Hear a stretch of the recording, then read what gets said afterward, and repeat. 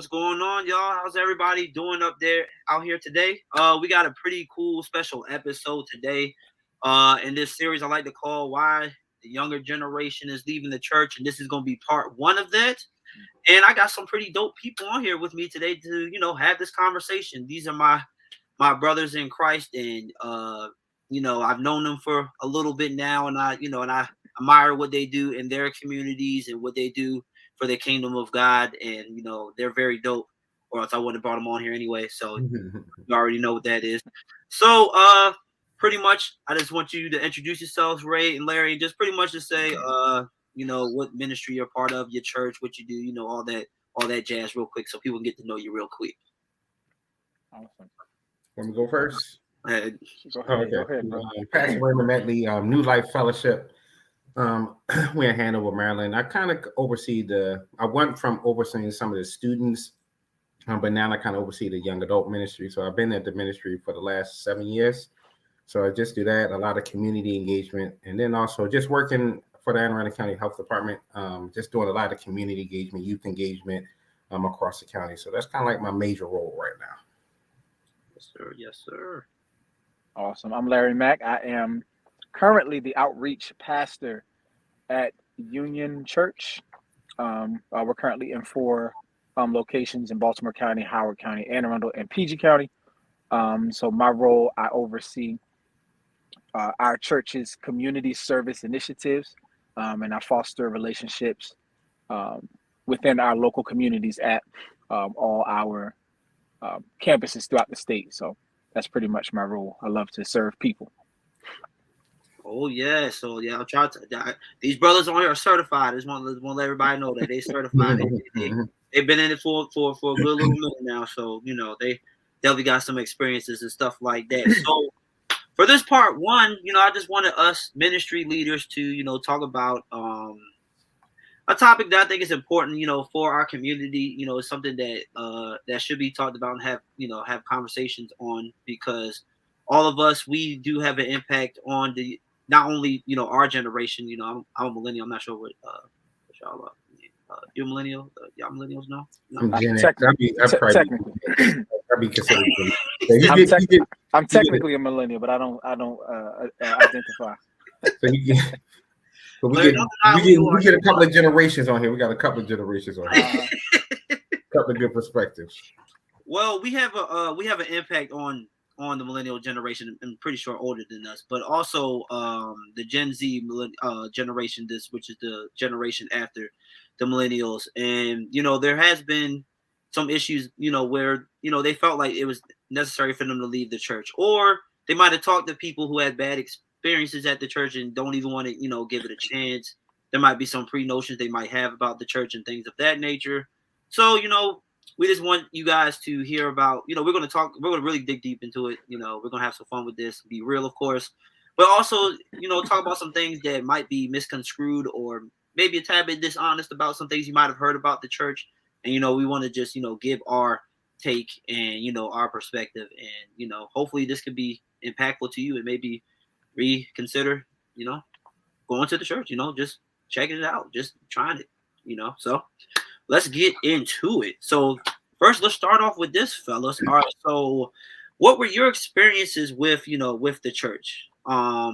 Pretty much like before you began in ministry, like how you grew up, things of that nature. Like, what did you like if you didn't grow up in church? Like, what was your thoughts about the church beforehand? Or if you did grow up in church, what's some things you thought about it beforehand, things of that nature? So, so whoever wants to start first. Yeah, I'll start. For me, church was community, church was family, right? So that's really, for me, the first church I belonged to, my grandparents were in ministry. My uncles were in ministry. You know what I mean? I couldn't tell you who was my cousin in real life and who was my cousin because our families were close. Right. So that was the beginning of church for me. Church was also a place where I learned music. Like it was incredible music. You know what I mean? It was good food. So it was community for me at first. And I would be, if I'm honest, I'm kind of dripping where I'm gonna go when in this conversation, but church wasn't a religious center for me. I didn't really learn faith in church from an early age. There came a point when I did start to develop my faith in church, but my faith was actually developed at home. But church for me was like, it was the music, it was the preaching, it was the feeling, it was family, it was relationships. So that's what it was for me. Okay, all right. What about you, my brother Raymond? So mine was I would have loved it to have been that, but all my family did go to church. But for me, church was like mandatory.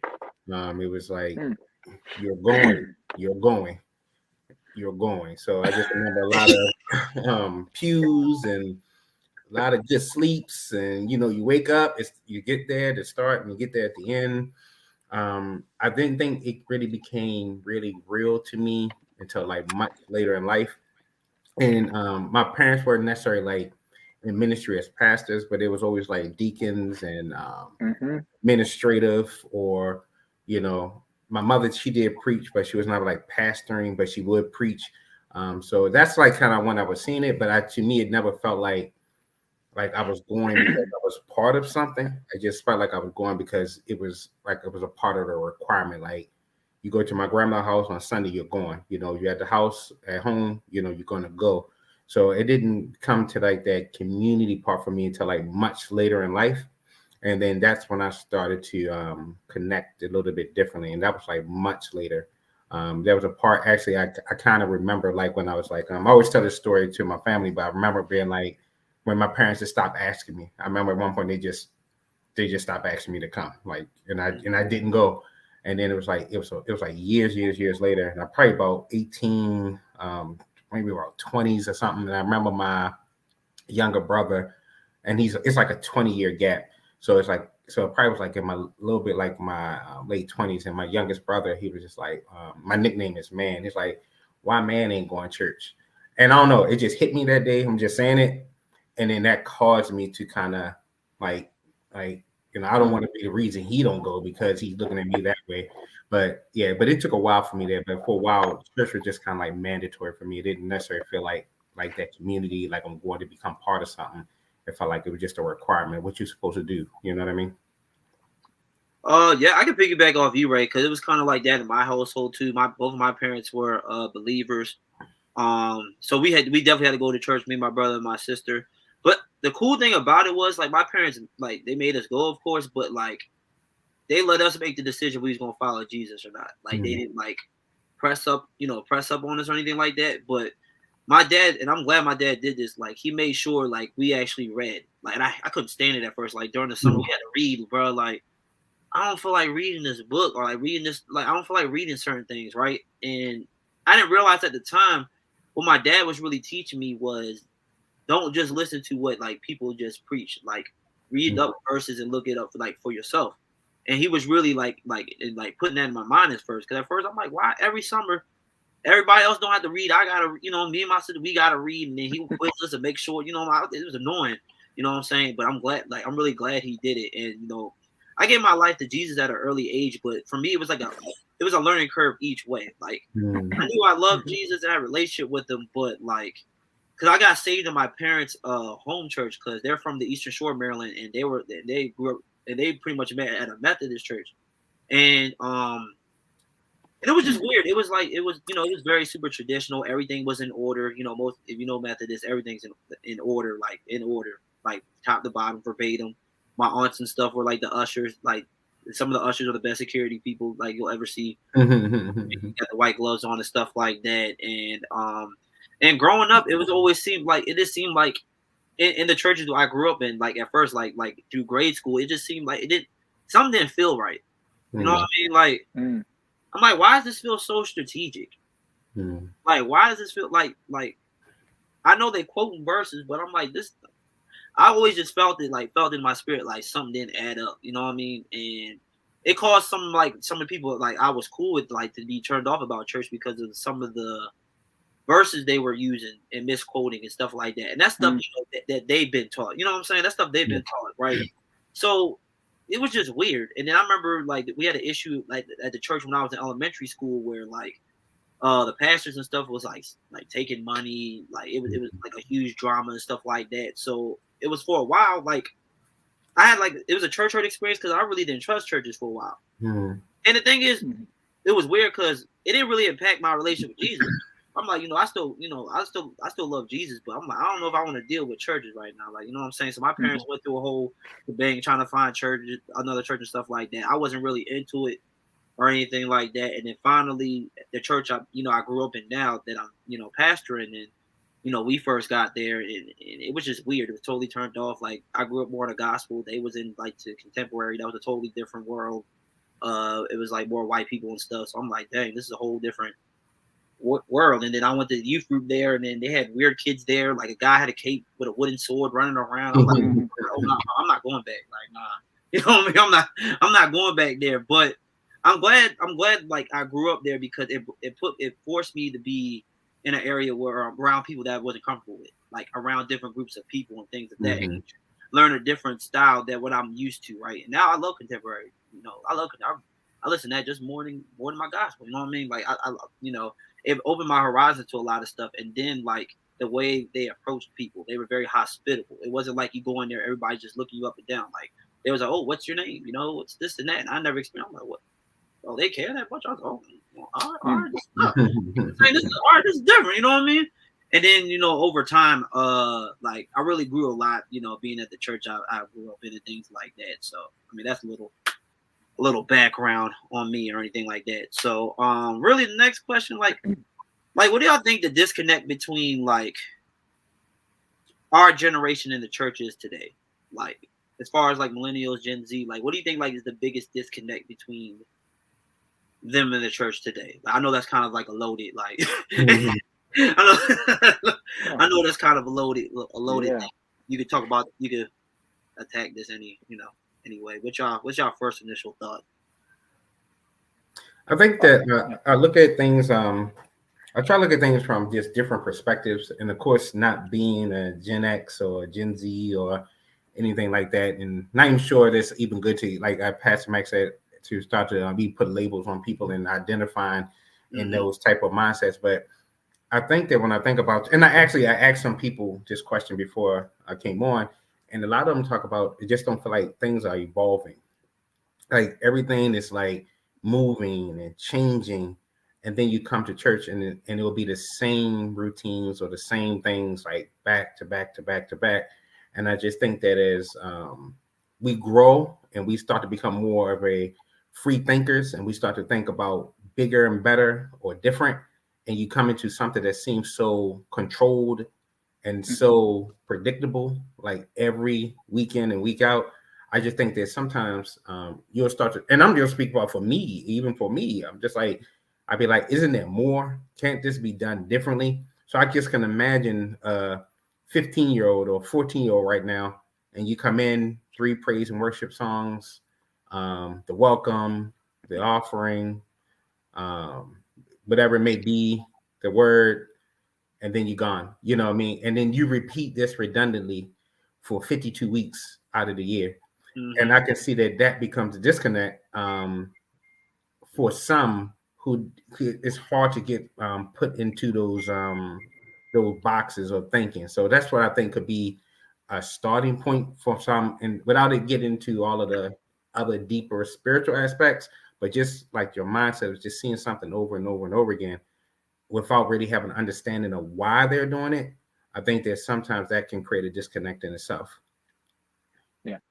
Good answer. Yeah, I 100% agree. Also, I would add to that the unwillingness to understand and empathize with culture, right? So what I mean is the church, we oftentimes tell people to come into our world. We create a world, right? We create a culture. We create a schism, right? Sometimes I would say it's birthed out of the idea of holiness, of being separate and being different from the world, set apart. But we kind of polluted and diluted that to mean, because that set apartness is a spiritual, moral set apartness. You can apply it to morality and spirituality. That's where we're different, not culture, clothes, language, things like that. And so what happens is someone comes to church. I can literally quote someone that has said to me, when you preach, I feel like you're talking to people like me. I can't listen to preachers that talk like that. And it's because we tell people better life is over here. Man, God, the guy who created you is over here. Come over here with us.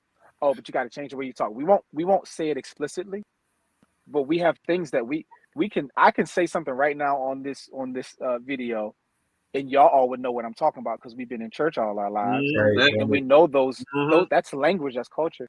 And so they come with their language and culture, and we either are ignorant about it, we criticize it, you can think of the sermons like, and if you preach, at some point you've been guilty of it, myself included, where you'll say something and caricature culture, whether it's a rapper or famous people, like we do that, not realizing people identify with that, and now you're talking about them. Yes. And so I think we don't. I'm gonna be getting passionate every now and again in this conversation, but we don't listen and observe and adjust. Yeah. We establish and we require. We have prerequisite. Wear this shirt, dress like this. Even now, even in contemporary culture, we think, we're contemporary, but there's rules to how we can be contemporary. Yeah, so you gotta dress more hip. You gotta dress more cooler to try to present yourself to the younger. And that's so.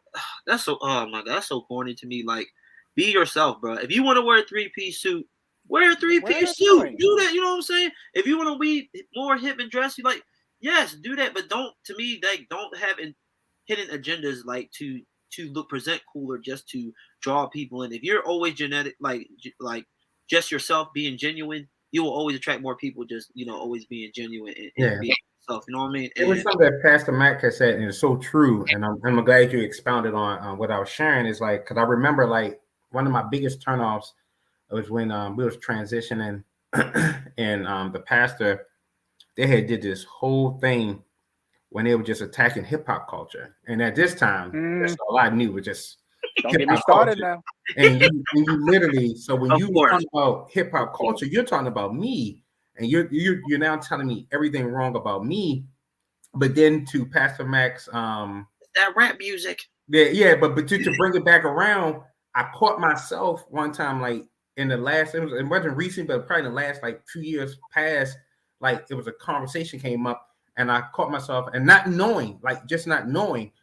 I'm talking about NBA Youngboy, and I'm like, he ain't, what you listening to, NBA Youngboy, what he's saying, and I can see the young people like he don't get it, and then to when you do the background, like how they see him, it's like I'm attacking their, you know what I mean, what they built up to be something, and it took me back to like I did the same thing happened to me.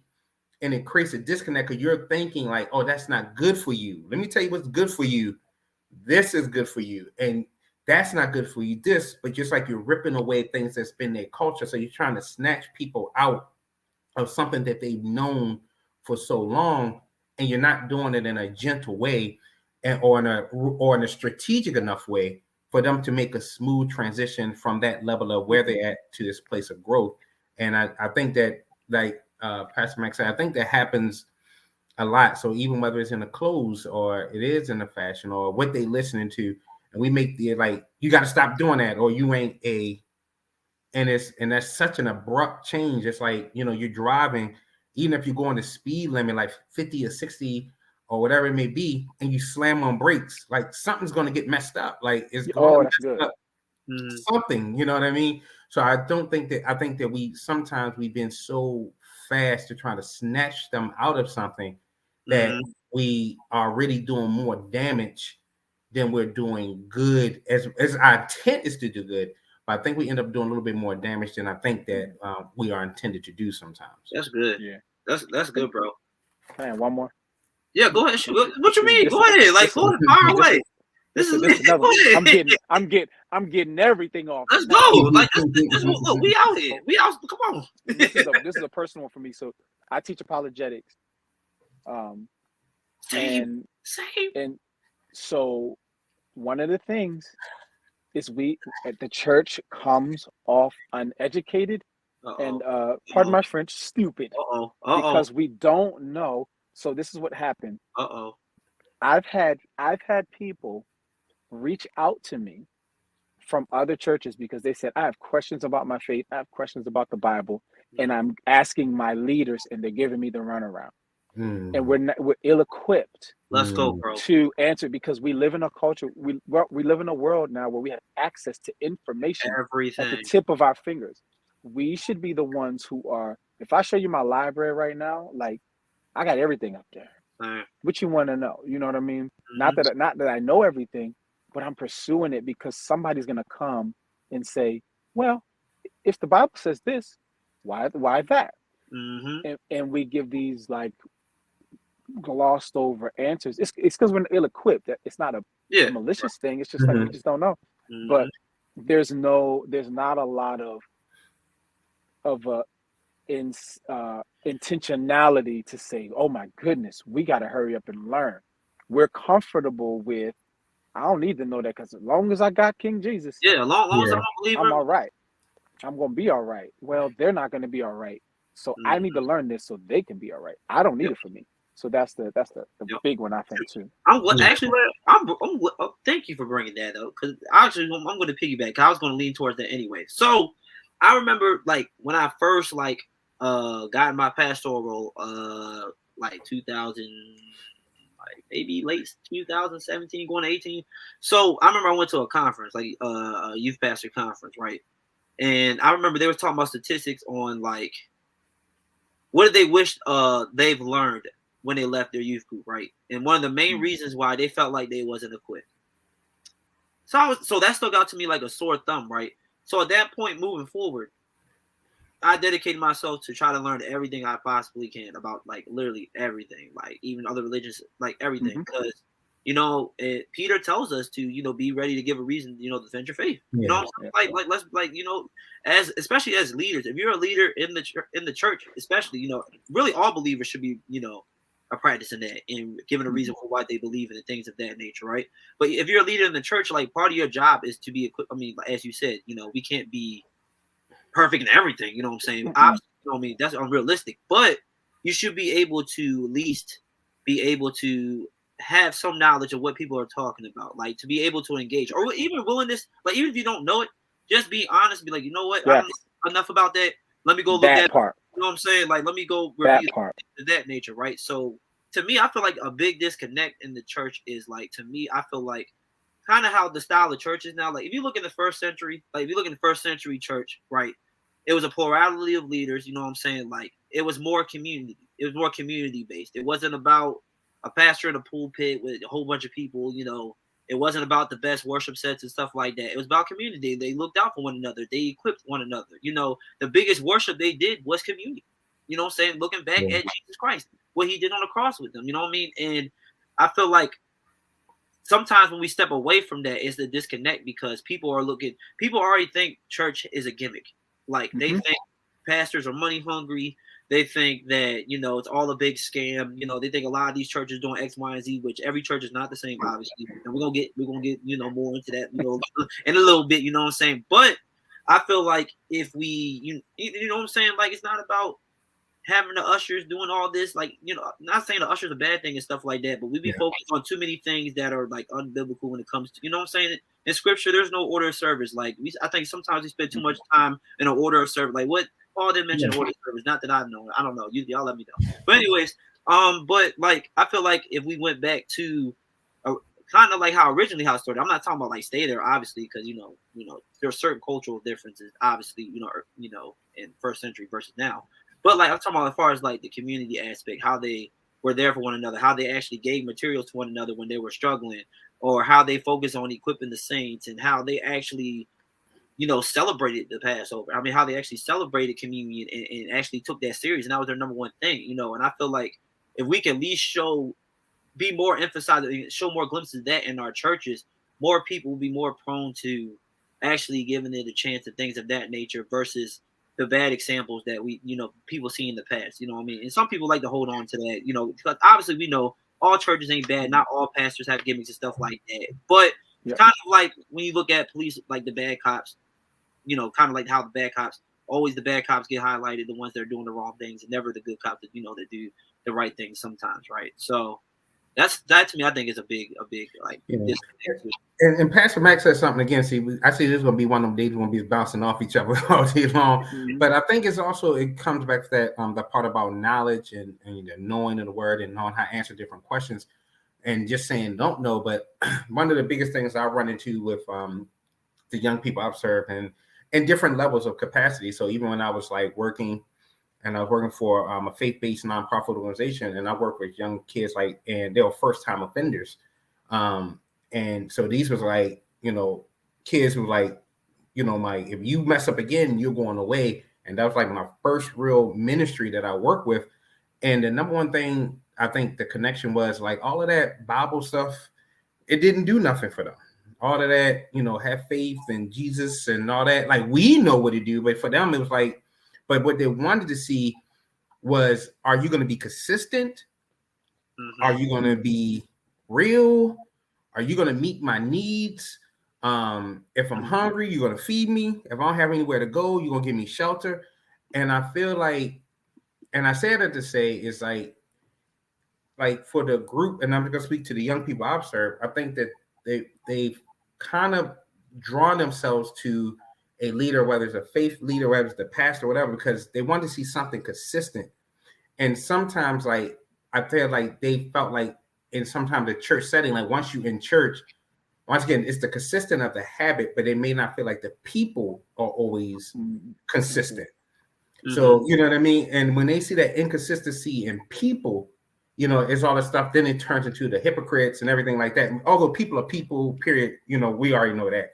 But but as a young person developing their thinking and their process, what they're seeing, and when they see that inconsistency, and then people seeming like they always put themselves as like unflawed and perfect, I think that hit. So I think that one thing I said, if I ever got into the position I am in, I'm going to be very vulnerable. Like, and now I'm not going to just go ahead and say, I did this last night, y'all should go do it. But I'm going to be like, I'm going to be vulnerable in my flaws. I'm going to be like, when I make mistakes and I do something, I'm going to be quick to say, hey, I was sorry. Like, I shouldn't have did that. Or I apologize right away. And I think that a lot of it has always been like, they looked at that leader or that pastor, whoever, it's like, they don't do no wrong. And in the way that sometimes that pastor is like idolized, it's like they have no flaw. So then when you see the flaw, and when you see the wrong, it does something. And I think it really impacts young people. And there's never like an apology. There's never been a sorry. There's never been like, hey, you know what? We've been having y'all, we like we said, we can be real. We parade y'all every fourth Sunday. We're going to parade you out fourth Sunday, and we're going to give you the stage. We're going to let you say the prayer. We're going to usher you in. But then after that fourth Sunday, we're not going to use. And at what point, if there's hit a point where they pick up on that so quick, like, we know what you're doing. We know what you're doing. So guess what? We're only going to show up on fourth Sunday. We're only going to show up for when we dance. We're only going to show up for when we sing. So we disconnect from everything else. And then when you start to age out of that, they were never connected to anything that was really the faith-based part of the church or the Christ-centered part of the church. They only became part of that fourth Sunday. I call it like a fourth Sunday mindset, because when it's not there, they're no longer being used. And I think that has been a challenge for a lot of ministries. It's like they're not really including young people in the decision makings and the processes. If the church is moved, the church is moved. If there's a new pastor, just a new pastor. The youth pastor bump out and go. They don't get a say in who the new youth pastor is. It's going to be a new youth pastor come in. You either like him or her, or you don't. And I think at some point you just get older and you just say, I don't want to be part of something like that. So I think that's also been a barrier for that extended part of ministry for young people to stay connected as well. Well, good. I'm glad this is going in this direction. So now let's talk about like What things do you think the church leadership could do better of? Like what can church leadership do better? Like this is a loaded one once again. A lot. Yeah. This is a whole part two. This is a whole part two of itself. Hold on real quick. Right. I could just think about my whole childhood. Really. If I could simplify a lot of things, I'll say a starting point rather. Mm-hmm. A starting point would be humility, and not the humility that's like, hey, I'm a human and I make mistakes. Not that humility. I'm talking about lifestyle humility that says it ain't that serious. Let's take a step back and really look at things and say what is important and what's not important. There's a book that came out years ago. I didn't read the whole thing, but our church read it. This is years ago. We didn't really follow it back then. But it was called Simple Church. Oh yeah, I know and that book. It's just this idea of getting back to what matters and let's focus on what matters. Instead of the formalities, like you talk about service orders and worship sets, and for instance, like I'm doing, I do chapel for my kids' summer camp, right? Part of that is doing worship. So last year we did, the kids' church videos, like I love you. They got the hand motion stuff, and I told them, hey, this year we're not going to do those videos. I'm gonna bring my acoustic guitar, and we're gonna sing songs together, and they're gonna learn about worship. Yeah, like they're gonna learn, and just though that's a thing of humility to say, oh my God, these children, and if I'm looking at a church, these sheep I have this opportunity to pour into them. I don't want to put it this way. Every time I preach, I just put on myself. Every time I preach, I tell people it is the most nerve-wracking thing, not because of the speaking part. I can talk. I can put some words together and make some points. But people are listening to me and they're making life decisions based on what I'm gonna say to them. It's the weight, man. Yeah. And if I think that's the starting point. Like, if I say, hey, as a church leader, hey, you got to dress like this. What did I just do? Maybe it's nothing, but have I gone through that exercise of saying, oh my God, like, please, Lord, I'm about to tell these people, I'm about to establish this in my church. That's my starting point. I got some practical stuff too, but I just want to I would go back with I agree, and also I'll look at it like like I said, how I've had to move into leadership and the way I am. I had to start measuring things like I'm just saying, for my own sanity and dealing with youth and young adults, I had to start processing: is it a heaven or hell issue? And I say that to say sometimes you start to put so much emphasis on things that really are not heaven or hell issues. It's like it's not a heaven or hell. It's not a salvation issue. It's not a deliverance thing. It's nothing. It's like it's personal choices. And then how much do we infringe on someone's personal choice, knowing that I could speak to you, Ivan, or I could speak to you, Pastor Mac, and I could be like for an hour, and I could be giving you everything. And as soon as you leave my presence, you done gone off do what you want to do anyway. So I had to be honest with myself, like how much am I really doing? So like I said, I had to do that. So I think to go to back to say like what can leaders do, you have to start to say in a church format what really matters. And even to the context, and I'm going a little bit different angle, is it more important, and I'm with Pastor Max said, is it more important I'm doing and I'm saying things to really impact people's lives, or am I doing this to herd people in? Like, do I just want a whole bunch of young people here so I can say I have a millennial church or I have a Gen X church? And there's a lot of things we can do, and we know all the tricks. I mean, we know every trick or every strategy that we can do to draw young people in, but then it's going to be like the sustainability of it. So are we drawing young people into like, I really want to be changing for them, or we do want to draw them in to say, look at my church. It is 40% ages 25 to boom. And I think that if you don't have a real plan for young people, and I feel like there's no real plan, there's not a like, I can see I'm taking this group and in 10 years, this is the plan. Mm-hmm. And so when that's they the get part right there, Yeah. I think that it's like we got them, now we don't know what to do with them. So let's use everything that we've seen and throw it in there. And then it just stops working after a while. Let's turn them into us.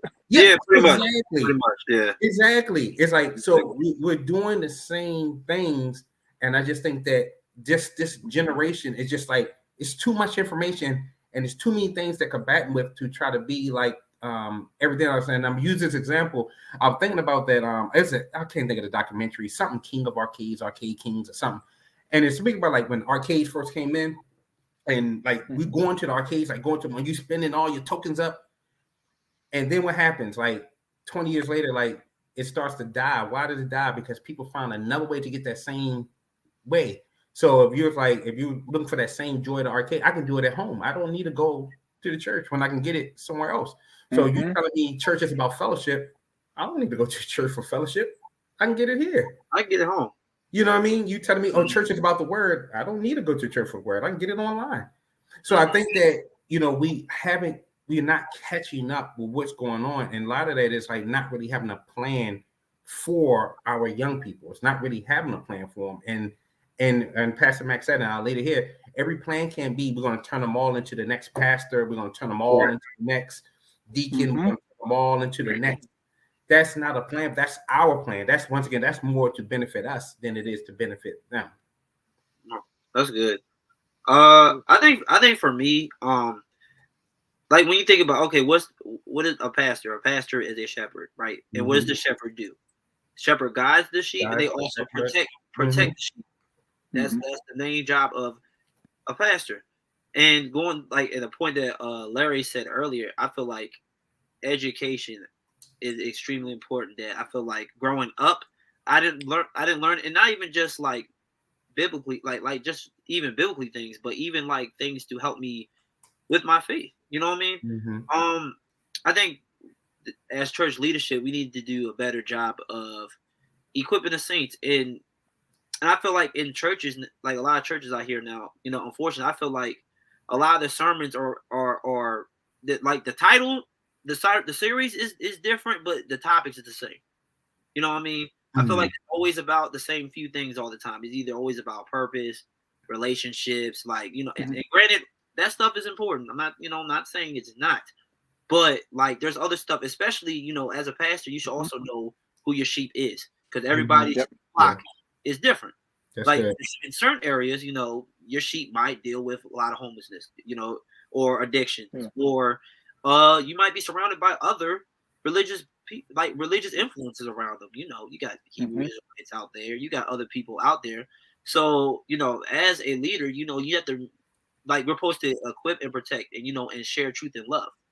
And I think we need to do, I think that could, we need to do a better job of doing that, or being more creative to equip the congregation to know these things, like not just saying like, okay, give people more information to help them with certain beliefs. Because there are people that have questions that need to be answered.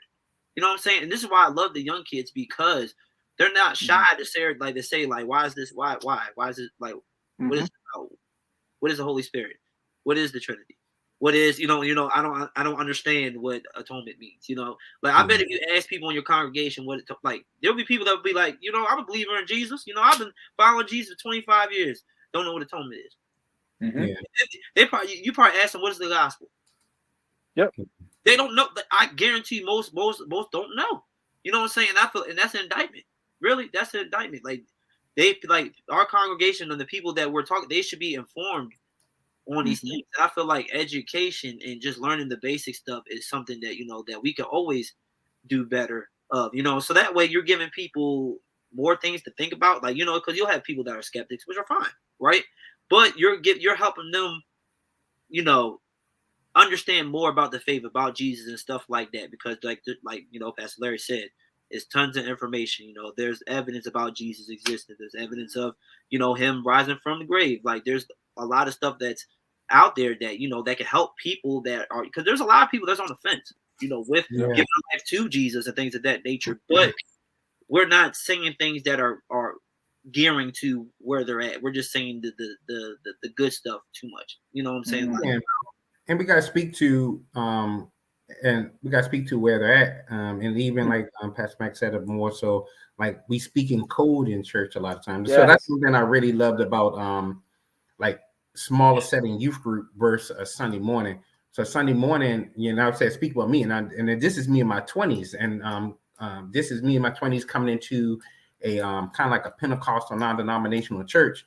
And I'm hearing the pastor talk about breaking yokes, and I'm thinking they talking about eggs. I swear I did. I'm thinking they talk about eggs. It's just like, I'm like, why do people talk about yokes every Sunday? Like, they talk about breaking yokes.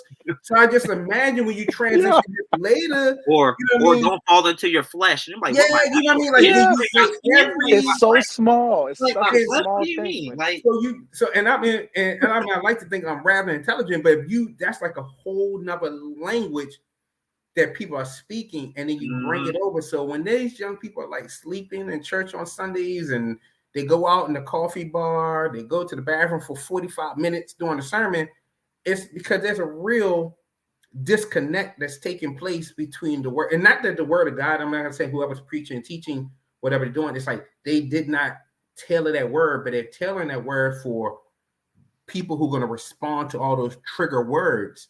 But then we get a group who's not going to respond to those trigger words. And like, we all know that kind of like the build up, and we could be built up, and how good God has been, and ain't God is good. You know what I mean? You do all the triggers, and we know that to a certain congregation, they're going to respond because they've been taught the same thing. But what about that group who've never been taught those triggers, and they shouldn't get taught it, but they're not responding, so they're actually disconnecting, and then you start speaking to them in a way that's not speaking to what they feel like they're experiencing life, because it's not leveled out enough to speak to the trauma that they're dealing with, to deal with the heartbreak that they're dealing with, to deal with the hurt, or whatever they may be, the loneliness, whatever they may be dealing with. We're not really speaking to that a lot of times. So that's one thing I would say I enjoyed the most about youth group format that we did, is like, I used to just sit on the stage. You was there, Ivan. I think Pastor Mac has come too. Like, we just come, sit down and just and chop it up. And you feel like those are some of the realest ministry moments there. Versus when you try doing a Sunday, and I'm not saying we're performing, but it does kind of can turn into that when you're on the stage, the lights are on, all these type of things. It changes, and it doesn't feel as close. And I feel like those are the things that at least with some of the young people come telling me, is like that smaller group intimacy has meant more to them than any Sunday service they've ever sat in.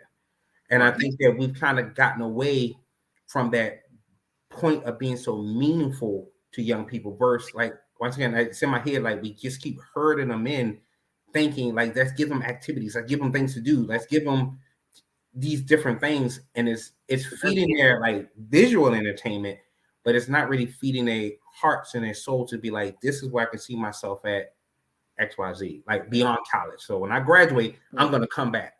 It's like when I'm done, when I graduate, I ain't coming back. I don't need to. And I think that that's also just, those are just small factors that continue just kind of keep popping up over and over and over again that I haven't seen necessarily really rectified. Yeah. I'm glad you brought that up, because most kids, they learn better from a settings that is they're allowed to also process, you take it in, but they also get to respond. You know what I mean? Because I remember growing up in high school, maybe, and I'm sure y'all can relate to this too. Like, when you sit there on Sunday service, it's like, for one, I'm not really paying attention because I don't see how this relates to me. Two, I don't really understand much of what's going on, because it's not really geared towards us, you know what I mean? And we're just sitting there, younger generations already view like their points don't matter, or they're just Mm. a kid, or like older people don't value what young people have to say, which is a whole nother issue we could talk about, entirely. You know what I mean? So, and and Ray, like just like my group, like I have a time where I will teach for like 10 minutes real quickly just to put out there what the topic is, stuff like that, break down certain things, and then we break into small groups, where Yeah. one I leader mean, leads one group, and the kids actually get to respond and to process, and they get to ask their questions, and you're actually with them, like you're actually talking to them, like you're actually caring about, like what they have to say. And I feel like that's important in the church, is allowing the kid to understand, because a lot of times, even for us leaders, sometimes when the one kid, we all have the one kid or the one young adult that asks a million questions, and sometimes it can be annoying as crap, because it's like, oh my god, like, sometimes you might want to avoid them, you know what I'm saying? But I appreciate, people like that, because they're not asking the question to get on your nerves most of the time. Most of the time. Most of the time. yeah, I'm not most every time. Most of the time. But most of the time, they're asking these questions because they really want to understand. They want yeah. to learn. You know what I'm saying? Like, I appreciate that more than someone just going to nod their head and just, pretend to, to agree and not really like learn anything. So, I think that's definitely important, where we are making sure we're creating groups where kids can be vulnerable, where they can learn, where they can feel like their opinion their opinion actually matters, and they can, ask the questions, not feel stupid or feel like they're going to be judged and things of Yeah. that nature, because people always do that. You always see young people, oh my god, this generation's like every generation says about the younger generation, they're horrible. Oh my god, they'll, blah blah blah blah blah, but they're the future.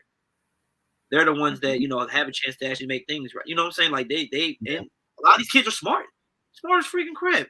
They understand a lot. Sometimes I look at them like, dang, they Yeah. understand or absorb things a lot quicker than, even than I did, at their age. And I think we have to come into realization, like we gotta let kids be, let them speak, like let them actually value their opinion. Like sometimes they like older people don't let young kids speak because they don't know how to defend their own opinion. Like, oh, just be quiet.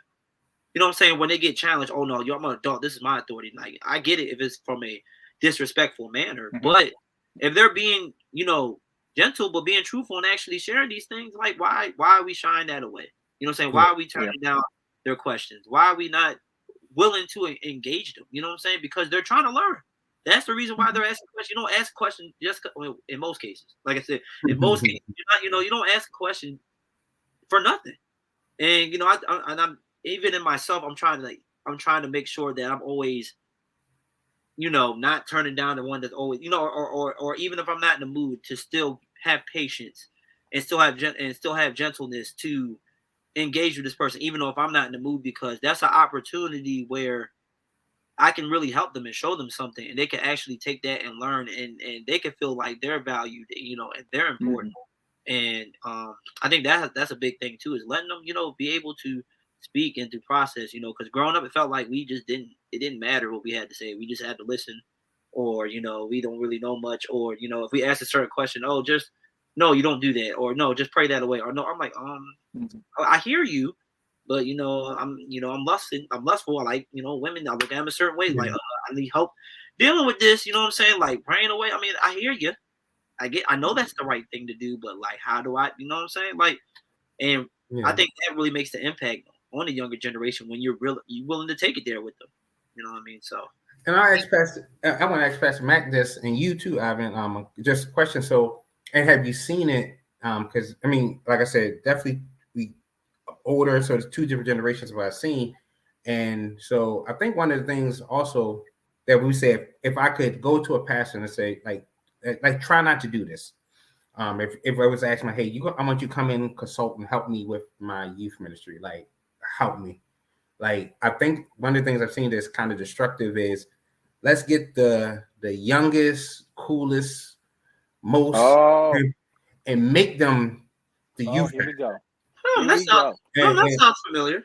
Here we go. That sounds great. Come on, bring it. Because familiar. the young people are going to love this person, and then that person who you put in there, and like you said, not even just they don't have the capacity to lead, period. So it brings, once again, it's like you're using imagery to be what you think is going to draw that. And then the other part is people accepting these positions, youth ministry positions, or leaders over youth ministry, and for them it's just like a gateway to the next thing. So they're not really in it because they necessarily have a passion for youth. This is their platform to preach. This is their platform to get in. This is their paycheck. This is their salary. These are the entry points a lot of times, and to the big seat. And you know what I mean? But this impacts. So when I came to, and I'm not going to say anything happened previously because I don't know what happened, but one of the things that I've come into ministry and I've seen that people say like they were there, but it wasn't really there. You know what I mean? So and then so the people, so when these youth people, when these pastors or ministers or whatever leaders leave wrong, it lends a ripple effect into these to not trust again. So if they can't trust in the entry point, and to me, like youth ministry is huge, but it's like the entry point for so many young people to come into their faith. If that part is unstable, what else do they have? And I've seen it in two ways. I've seen it like, hey, this person they look the role. Let's put them in this. And then I've seen it in the place where the person like, I know I can do this because this is going to get me here. Mm-hmm. And either way, when it doesn't go right, it shatters young people's faith and their idea of church and ministry before they even really get into their like faith part, before they get into who they're supposed to be in God. So I just want to say, have you both seen that as a issue in ministry? Yeah, absolutely. Just want to make sure it wasn't just me. Just want to make sure it wasn't just me. Yes. Yeah, honestly, and if I even like speak to myself because like even like how people view me because I like clothes and stuff like that, right? You know what I'm saying? That's purely generally me. Like if you look me in high school, early college, all that's something I've always been into. It's not like something I'm trying to do to look more hip or attract young people. That's just something that I am.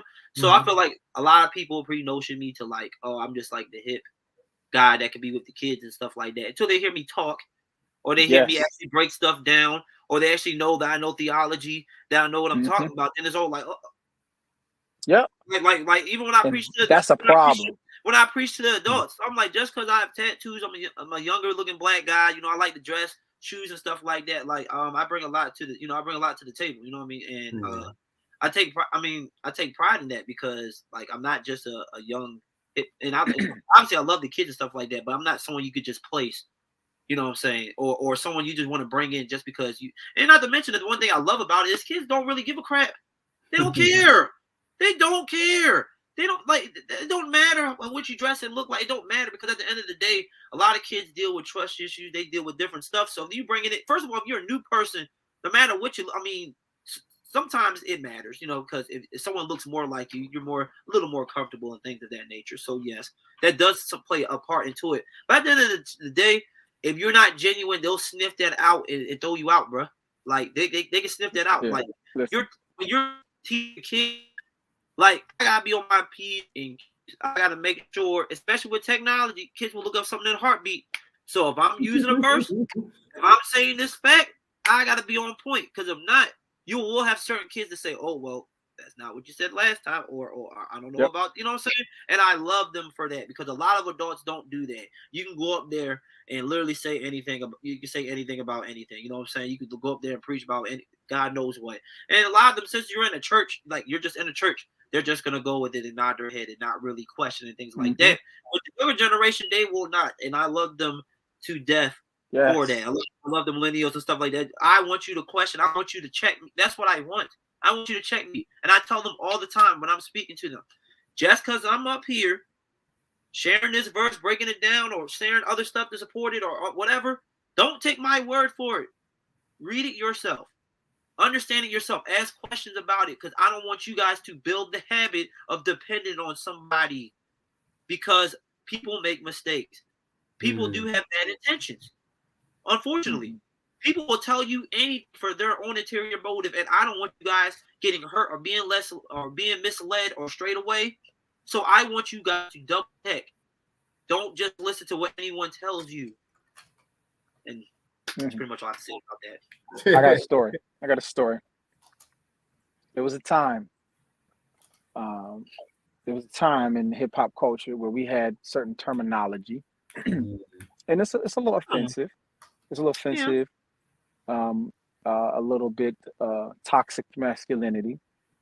We had terms like chicken head, right? We had terms like hood rat. And there was a time when I was a youth pastor that there was some new terminology coming out.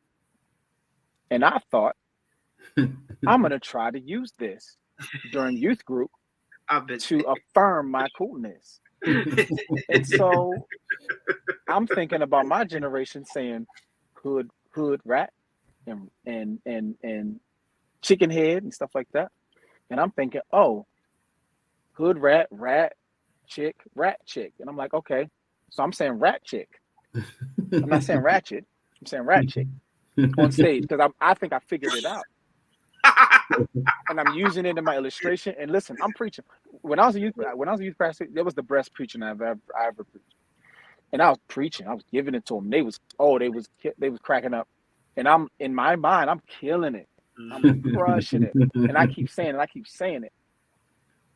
And it's like 60 kids in the room. Somebody else in the back. It's ratchet. And I probably stopped for 5 seconds, but it felt like 5 hours. And I came to the realization that these kids are not looking for me to be their buddy.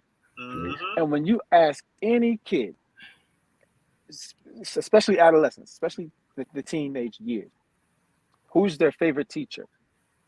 It's not the one who's the coolest. It's not the one who knows how to use the slang. It's the one that they get respect from, the one that values them as a human being. That's the teacher that they're like, I like Mr. Harold. Mr. Harold always, right? And that's when I learned this lesson that, and I wish our churches would think like this. People want to be loved genuinely. People want to be thought of genuinely, not put into a mill of carbon copy cookie cutter programs. Yes. Sundays included. Like, I tell my team all the time, when I'm at church on Sundays, I'm like, y'all better be loving these people in real life, or you're sinning. Like, you're wrong and you're a sinner. That's right. You're not out in these lobbies genuinely trying to care for people, not trying to look cool, sound cool, say the right thing. Like, they can see through that. And I think it's the same way when we cookie cutter churches. You know, I had a conversation with someone yesterday who's in music ministry, and they're having some challenges at their church because there's some budgetary things going on, and if you've been in music ministry, you know how that goes. But I said to him, it's because churches have expensive taste, right, with small budgets, which I'm not getting to that. But what I was getting at was, I said people will look at Union, right, and they'll look at the live stream on Sunday, and they'll see all that and think, man, that's what Union got. But I go to the Union Church Baltimore County campus, where it's 200 people. And that's still a big church.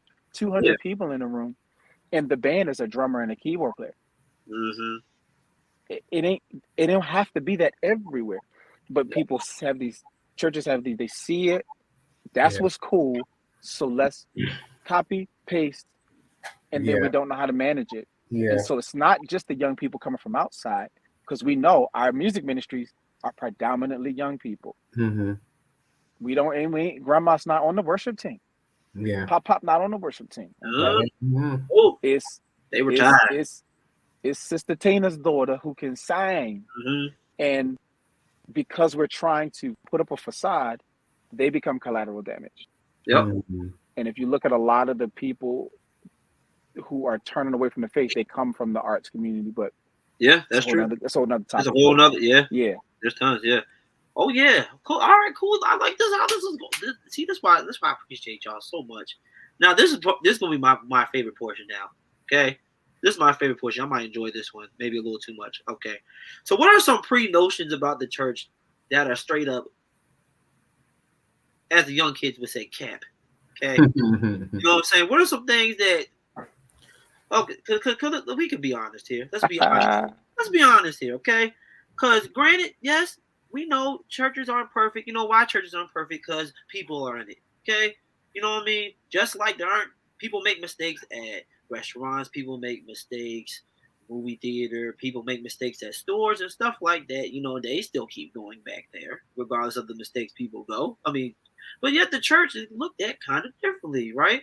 So let's talk about some things that some people are just like being ridiculous about. To be honest, Man, the preachers, all they want is your money. They just want money. Listen, if you want to make money, don't work at church. You heard me say it. We ain't rich. We're not rich. making it like that, okay? We're not rich. If people ain't giving, we ain't getting anything. So no, nobody is like, yo, I'm trying to make some money. Now there are some, you might have some storefront schemes going on here and there, but for the most part, this is not where you go to get paid. So that's the one I really wanted to put out there. No, they're not trying to make money. Unless you're working for Hillsong or something, you're some mega church, maybe. But your local church down the street, I guarantee that pastor is stressing out right now because he don't know he's going to pay for this HVAC issue he got going on. He's trying to get the money for that. Like, people hot at the church and they not coming back because it's hot. And he like, oh, Lord. Your pastor has a Volvo and you have like a Tesla and you get mad at him. He wants your money. Interesting. Yeah. Like, and I'll say the other. I'm gonna speak for me, and I'll say for one of the things that I it was like one of my, and once again it's like younger kid Raymond. I probably should have put my name up here, Kid Raymond. But one of the things I had was like I just thought all they did was preach. I just thought, sit around, read the Bible all day. Yeah, just read the Bible all day. Just get up and have a word. And I was like, that's all they do. Just get up. I didn't even know there was like working pastors, like they work full-time jobs and 2 jobs. Like one of my pastors, in a past, he had to work 2 jobs, and you know what I mean. I didn't know some of those things that they did in the midst of like bringing this word every Sunday, and I think it didn't allow me to really appreciate them as the men and women of God that they were. That they did so much other stuff, and I never put value in it.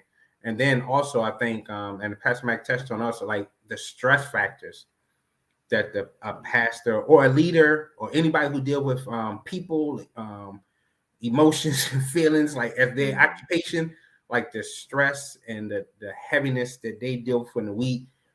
Somebody passes away, they got to be there for it. If they don't be there for it, somebody gonna say you don't care. You know what I mean? My niece broke her leg, and if you don't come to the church and lay hands on her, you don't come from the church or wherever you're at, you gotta be on vacation. I want to hear from you. If I don't hear from you, that means you don't care. It's like it's so much pressure that as much as we want to hold pastors and leaders accountable, and I always say this, like I've learned it, like if you can survive youth ministry for 5 years, like really like survive, you can honestly, I feel like you can do anything in the world.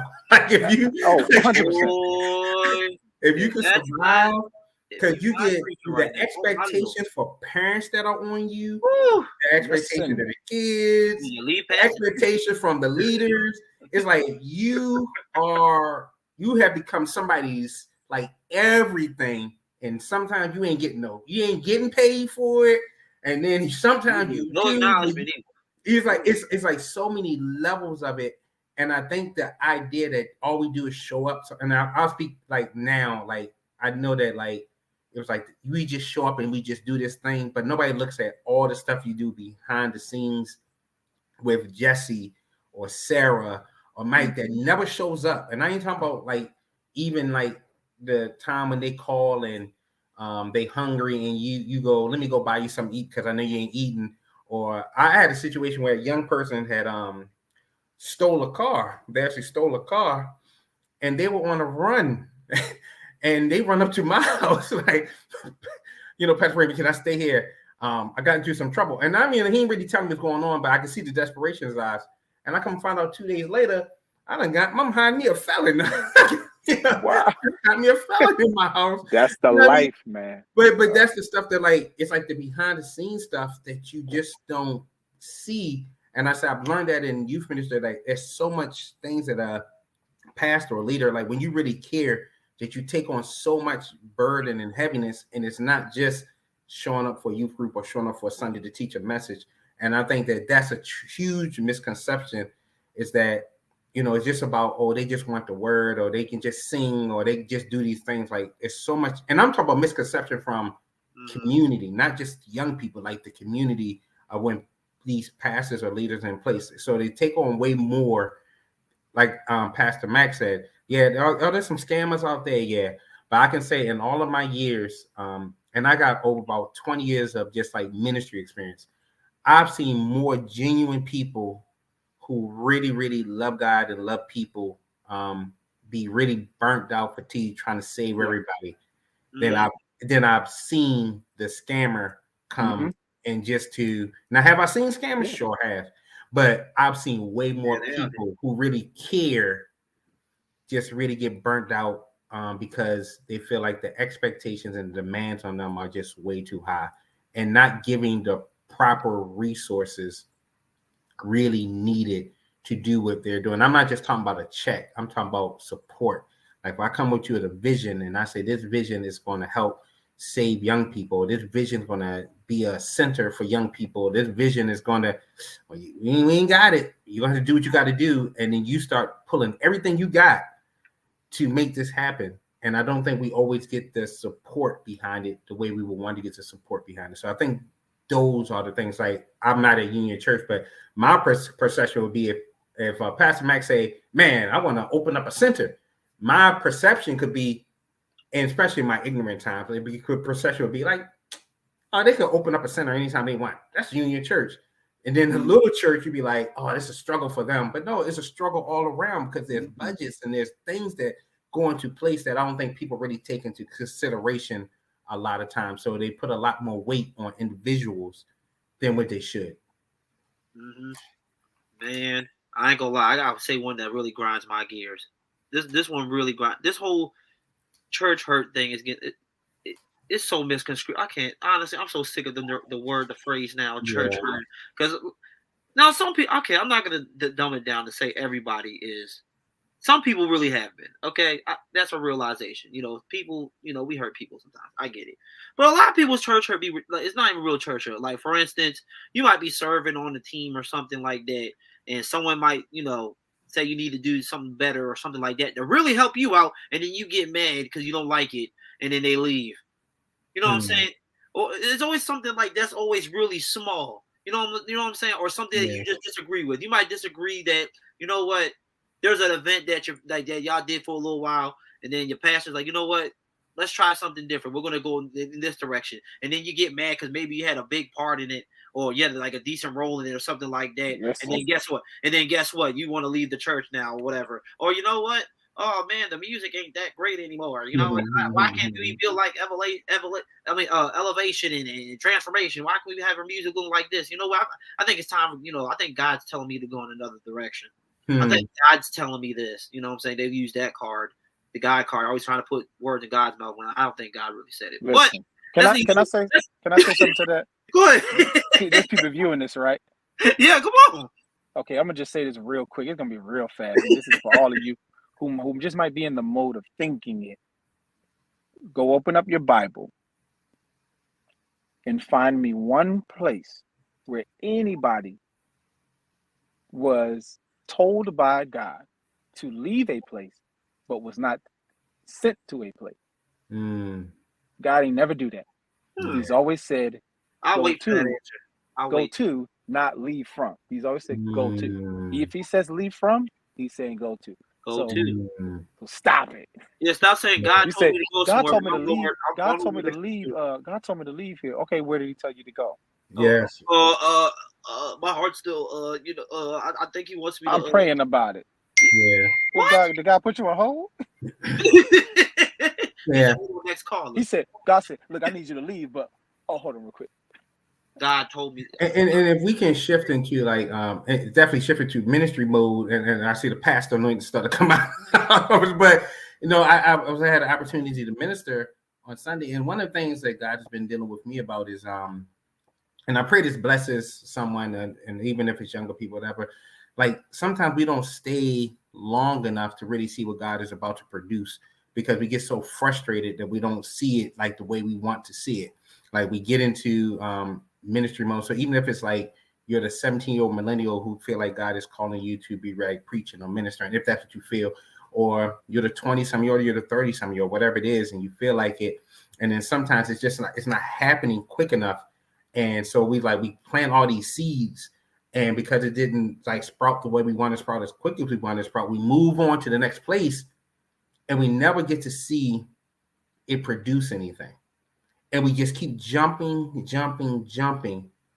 and we never see it produce anything. But what's happening is someone else is coming back behind you, and they're living off of your seeds that you've planted, and you didn't stay long enough to really see it, and you're frustrated now because now you're frustrated, like, why is nothing ever happening? It is happening, but sometimes, and I'm not saying God doesn't say this season is done, and as Pastor Max said, but He's going to send you to somewhere. But when we just launch into that, I got to get to the next spot, we don't see it. And I think as we've seen, like a lot of our, just to kind of make sure we keep it that young adult focus, like we see a lot of them like they're leaving and they're not coming back. A lot of them never seen anything get produced that they will call beautiful. They didn't get a chance to see anything like they've done to really develop. And typically the ones who do come back are the ones who did plant and they did see something. They were part of that planning team for that night when you did that shut-in. They were part of that, and they seen somebody get saved that night, or they seen the baptisms. So if they're not seeing the miracles, or if they're not seeing the fruit, it's hard to want to just keep coming back to that, especially when you don't need to. And I think that we got to find a way, like in our power, so anything that's in our power, to make sure that these young people are seeing like the fruit that they are producing, seeing the fruit that they are producing, and not try to take credit for it. Like give kudos where it is. Little Jesse is the one to bring 4 kids out there, and then the pastor come out there and say, Pastor Raymond, he's doing so great at getting all these young people. It wasn't me. I ain't in the elementary schools. I ain't in the middle schools. It was them. And you got to give them the kudos so they can see that they are foundation parts of the ministry. Yeah. And if they don't feel like they're foundation parts of anything, I don't care what they are. They're not staying. I don't care. You put me on the football team, you could tell me how great I am, but if my coach I don't need to play a game, but if my coach don't acknowledge me in my practice time and my effort, I don't feel like I'm part of the team. Even if I never play a minute, I don't need to play snap, but acknowledge me in practice. Acknowledge that I show up. And I think that we don't do enough acknowledging of our young people so they know that they are really like the foundation pieces. And it's not just saying it over the pulpit. It's like they need to see it. And I don't think they're seeing it enough to feel like I am producing anything worthwhile here. Oh, this thought just struck me in my head too. I think it's really important for people that are listening. You will always be disappointed with church or things that go on in the church and things of that nature if Jesus is not the person you're going there for. Mm-hmm. Because a lot of people, unfortunately, we get attached to people. Yeah. It could be people you might serve with, it could be the pastor, of course. Like we have such an attachment on our leaders and things of that nature. It's like sometimes we put them on the same step stool as God sometimes. Yeah. We're doing the same thing, like everything they say. We love everything that they say and everything that they do and things of that nature. And then, for instance, we hope this don't happen. What if your pastor does something wrong? What if he does make a mistake and things of that nature? Then your whole world's tumbling down because you put too much faith and umph and so much into this person who is just as flawed as you, who sins like you, who battles with the flesh and the spirit just like you, right? We get that, they do have a certain anointing, right? Whatever, they are called to be, to be a shepherd of the house and things of that nature. But at the end of the day, they still struggle and go things, and they will drop the ball, period. Like, we're going to drop the ball at some point. We will drop the ball. I tell people all the time, I will. I'm going to let you down sometimes. But I ain't gonna care. I'm going to let you down sometimes. And if you're going to church just for attachment to certain people, and then your church hurt or your so-called church hurt or things like that because someone let you down or might have dropped the ball, then you're never going to be satisfied if you're not on there. to have a relationship with Christ. Yep. So I just had to throw that out there because Yeah. sometimes, we can, all of us can fall privy to that. You know what I'm saying? Because we really like this person, how Yeah. they teaching their theology and stuff like that. Because everybody, we all got our favorite people we like to listen to and stuff like that. But sometimes I have to remember to take a step back because they are going to say some things like you're never going to 100% agree with everything they say. You know what I'm saying? That's kind of weird if you do, kind of. You know what I mean? Like, kind of weird, I think. Yeah, but that's called cult. yeah, pretty much. Yeah. Thanks. So it's like we can't be too attached to these people. In our even in our community, we'd be attached to, rappers and stuff like that, or people that we'd be too attached to athletes. We'd be too attached. Mm-hmm. You know what I mean? Like it's cool to look up to certain people. It's cool to follow what they do and have this like you like what they do. Like we all have maybe our favorite athlete, favorite rappers growing up, favorite this, favorite that, favorite actor, things of that nature. But at the end of the day, we have to remember, like, just because the only difference between them and us really is just, they have money and different resources that we don't have. Other than that, they drop the ball, they make mistakes, like they're not no different than us, and we just set our own selves up when we grow attachments to these people, especially in the church and to our lead pastors or our leadership and things of that nature. So, so I think that's important to set up there. So, this brings me to this next question. Then we're gonna wrap up soon. I don't want to keep, even though this is great, I could talk about this all night for. So, this question. So what are some things you think people need to realize about, like, the leadership in the church, like pastors and people and leaders, right? Because a lot of people, when they think of, like, I don't remember who said it. It might have been Raymond or I'm not sure who said it, but a lot of people, like, when they look at pastors, they think that their job is, oh, you just preach a message every Sunday and you just go on stage and you just talk and stuff like that. You know what I'm saying? And that's what a preacher does. Yeah, that's what traveling preachers do. That's what evangelizers do. But being a pastor is actually that's really the fun part of the job. Like I don't want to say that's the easy part of the job, but that's the job that's more like that's not really what we do. You know what I mean? Like that's not really what we do. And I kind of want to talk about, because some people don't really realize it. Like, and it might be hard for some people to get, and I understand that, but there's a side that because granted you might have your experiences and things like that. You might think some pastors are corrupt and money hungry and all that other different stuff, which we know that's not the case. But like, let's create a lens for people to kind of view, like, what is actually like what is like leaders actually deal with, like what's really going on that some people like don't really understand. So it's good. I said, I do best at just speaking for me. What leaders have going on is what's going to happen in my next 5 years. Like, what does the next 5 years of my life look like? How will I be able to sustain my family? What are my goals and my dreams? How is it lining up with what God is saying? God, am I hearing your voice? Is this you or is this me? I think that sometimes we think that we have all the answers. We don't have all the answers, and we struggle with and being indecisive, and we thinking about how we're going to manage other people's feelings. Like, if I do this, how people going to respond to me? If I come out and say this, how they going to respond? And I ain't talking about preaching, come out and say this. I'm just talking about you living your life. Like, I think about some people can just feel like they can say what they want to say on social media, but then when you're in a certain position, you can't really say it. I mean, you can if you don't care, but then there's still like expectations of you. So I think that sometimes we think that it's just it's easy to do. It's easy to do the work that God has like kind of really clearly made a sign for you, and just kind of, and I'm gonna say easy in a very, kind of light way, but it's easy to do for me. It's easy to do the work that God has assigned for me, that I know the purpose of it and I can see it. But when He doesn't show me like anything like that next step, I walk in fear just like everybody else walk in fear, and leaders walk in fear just like everybody walk in fear. So I think that it's the struggle and the misconception of leaders or people in positions like we always gonna have the answer. We always hearing from God. We're always walking in authority, and we just don't. We stumble and fall. I'm saying for me, I don't like being put on a pedestal because I know that people put you on a pedestal, but they won't be there to catch you when you do stumble. You know what I mean? So it's like, so all of those things I think that are, and I say I speak for myself as a leader, I feel like there are struggles that we deal with that most people from the outside, looking outside, they don't really catch on, because once again, we still have to hold a posture that we're not broken, or that we're not struggling.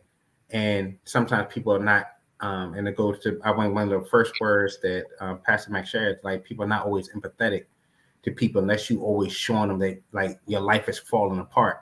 And when that lack of empathy, they're always putting more on you and putting more on you, and not knowing that sometimes that burden becomes a little bit heavy, and you do have to put stuff off, or you have to go away, you have to stop a little bit. And I think that that's the true thing. So even in rest, it's not quitting.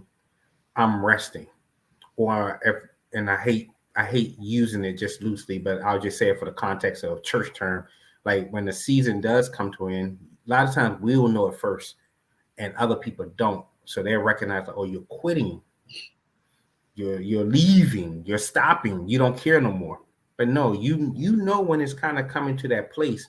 And I'd rather move on than be here frustrated and mad and angry at everybody, and then move on and leave that space for the next person. So I think a lot of times people don't realize the emotions and the burdens that sometimes leaders and pastors go through. And it's different. And like I said, it varies from person to person. Like, my struggles may not be Pastor Mac's struggles, and your struggles may not be my struggles, but we deal with different burdens that a lot of times we don't, I think, outward in, people may think we have so much going on, but they're not seeing the other things that we're really burdened with carrying. Yeah. I think also the level of sacrifice. I think most people know that pastors and leaders in ministry have to sacrifice time. They have to sacrifice themselves, their spouses, and their children suffer sometimes. But one of the things I think people don't realize is that a lot of pastors and a lot of church leaders do not come into it as their dream. A lot of pastors don't wake up one day and say, I really want to pastor a church. A lot of people who wake up and say that usually don't make it. A lot of pastors it was my dream. are really making money, are doing things that are lucrative.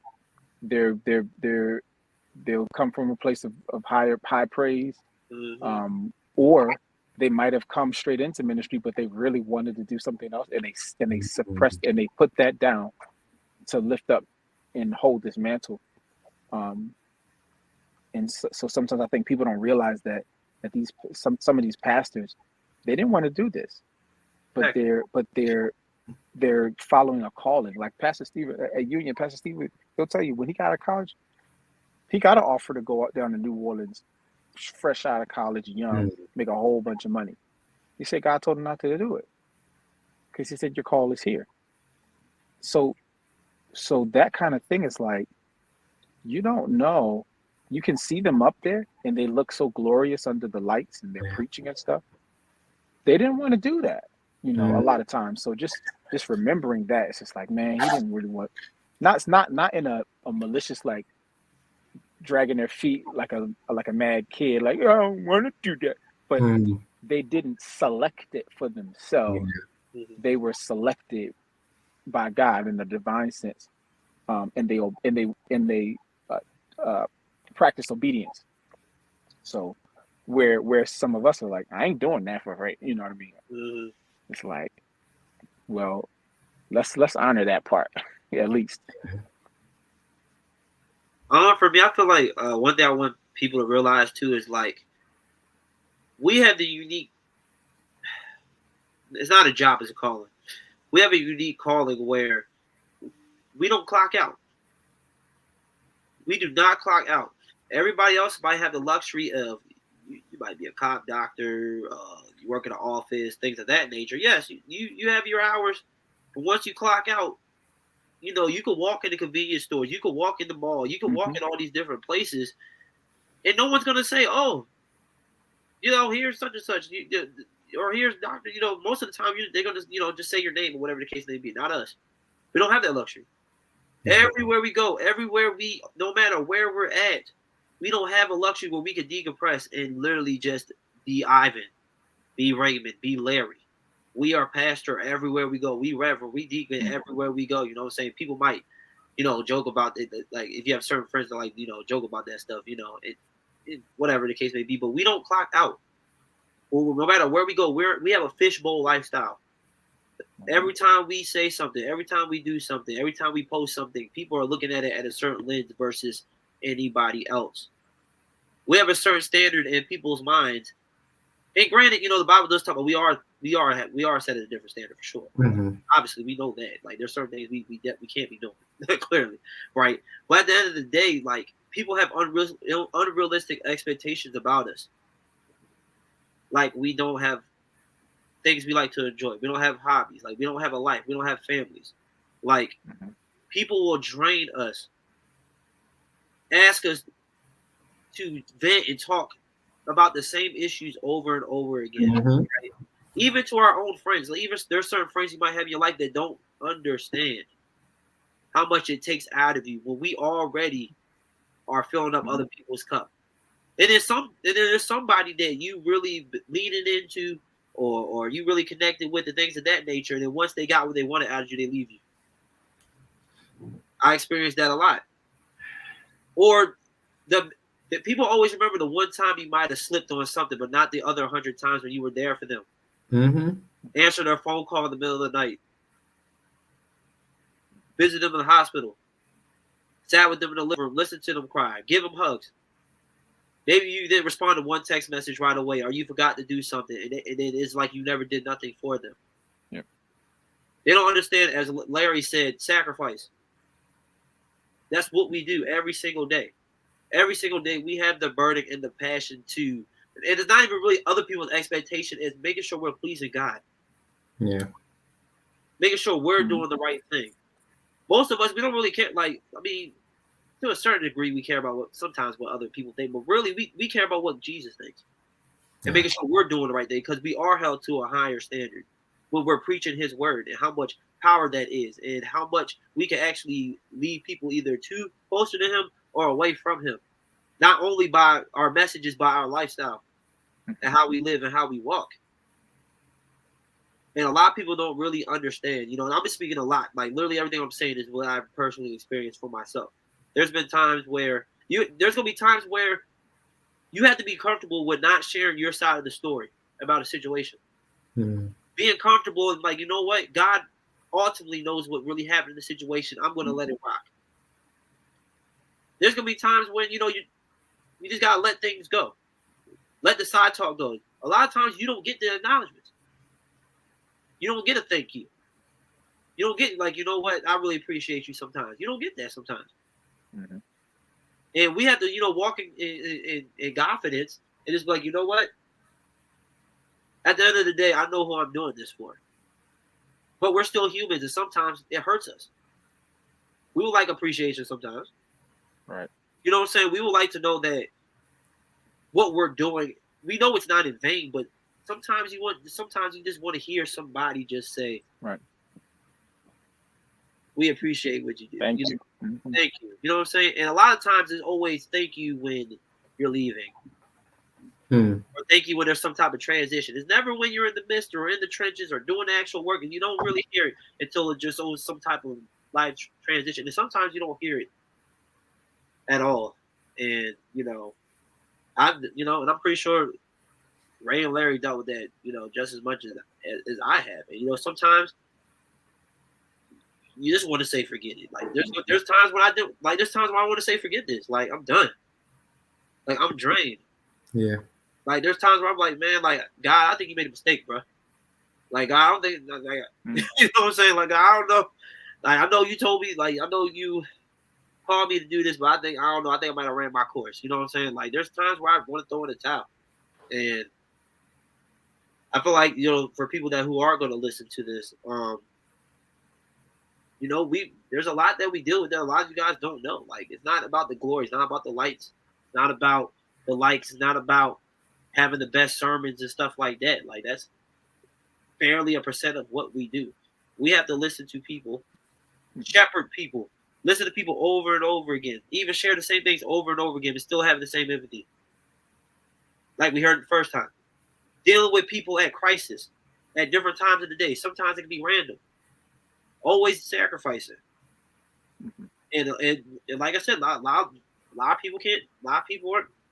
Everybody wants to be called to this because they see the you being on the stage and stuff like that. You know what I'm saying? Preaching is totally different from being a pastor. Mm-hmm. Two different things. 100%. Two different things. Mm-hmm. A lot of times we see, you just being a pastor is just preaching or just saying a message, speaking to a congregation. When no, that's just this one aspect. That's a pastor does do that. Yeah. Right. That's part. It's part of what they do. They do that. The pastor also sits in your living room and listens to you talk, counsels you, be there for you.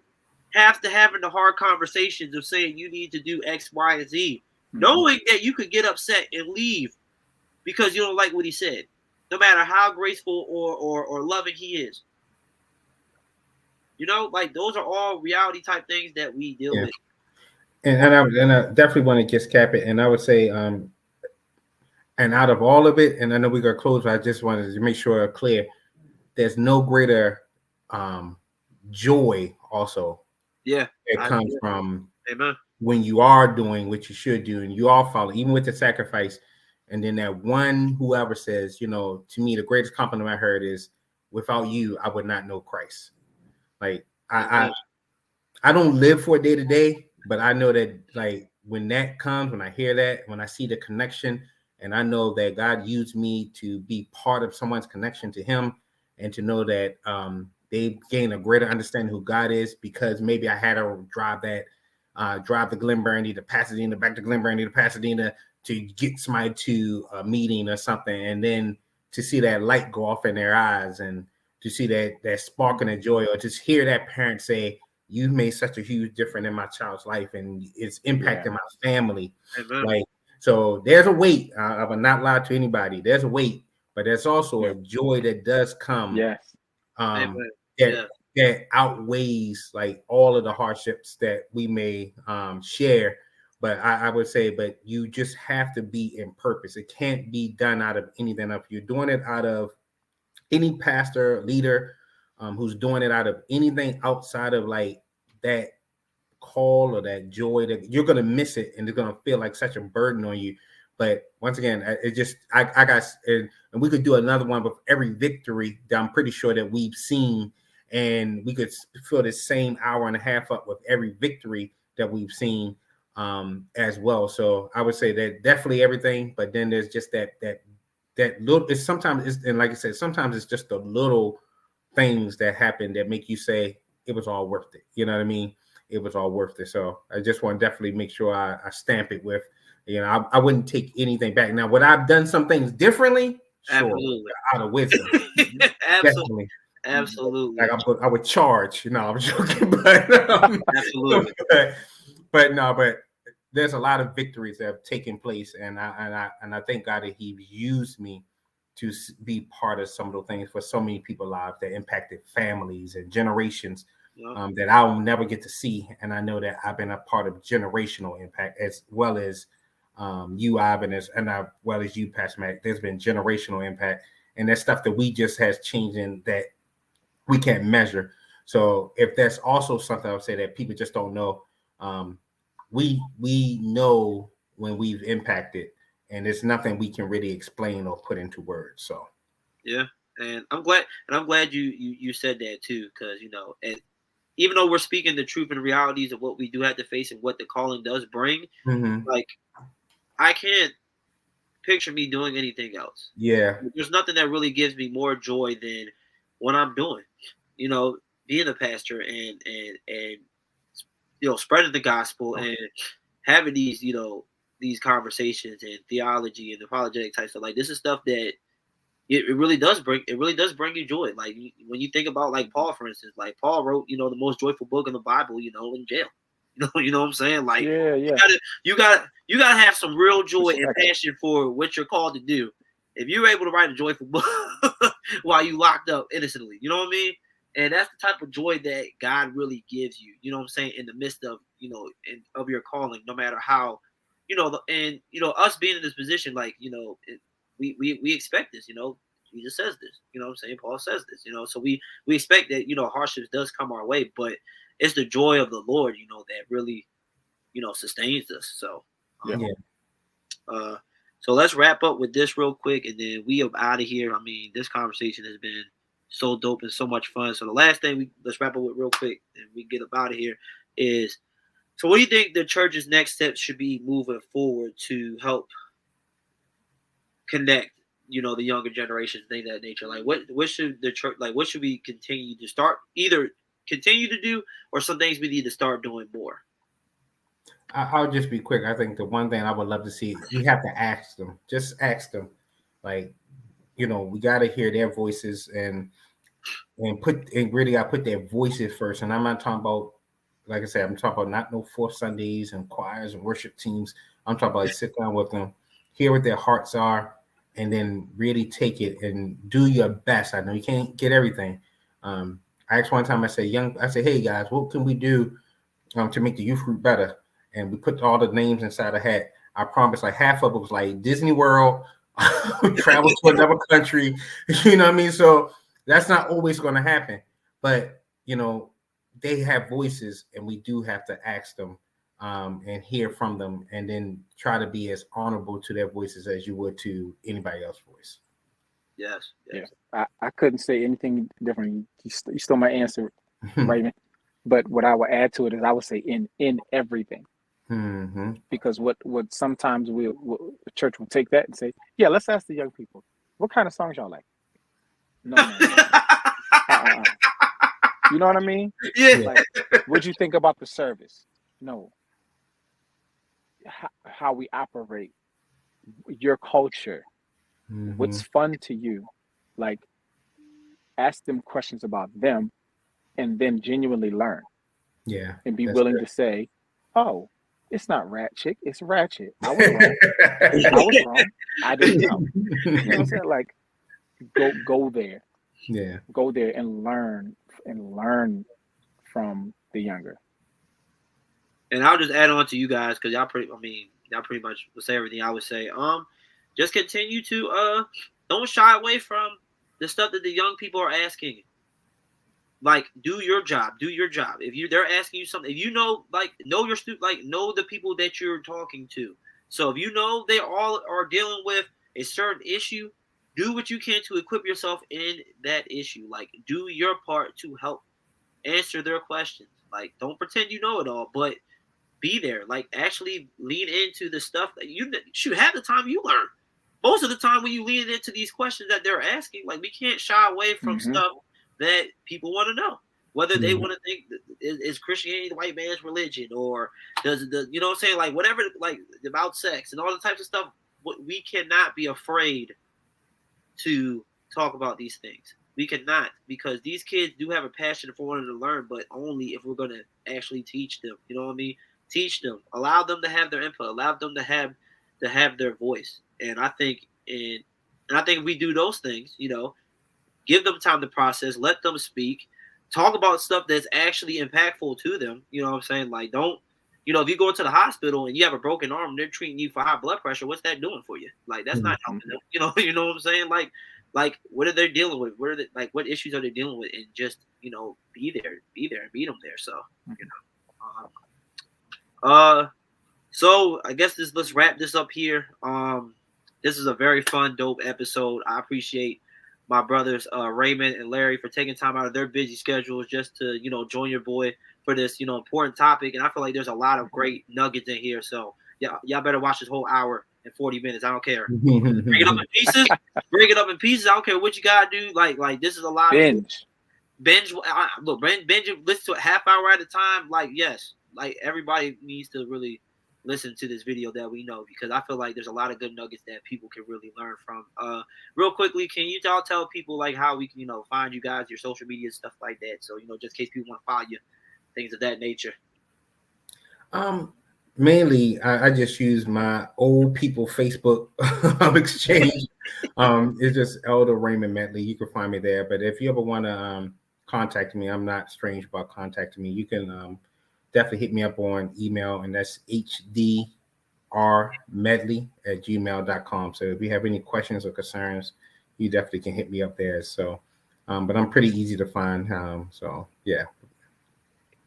Yep, you can find me on IG, Larry J Mack, on Instagram at Larry J Mack. If you're on TikTok, L Mac to go, L Mac TOGO. It's funny on there. It's not all holy stuff. Some jokey jokes on there. But yeah. Or you can find me on the street, South Baltimore. There we go. Hey, all right, y'all. We out. Appreciate y'all listening. We out. Peace. Listen up part 2 as well. Part 2 is coming up soon as well. We ain't done. We got a lot more to get through. This is only a little sample right here. But we got a lot more to talk about. So tune in. Peace.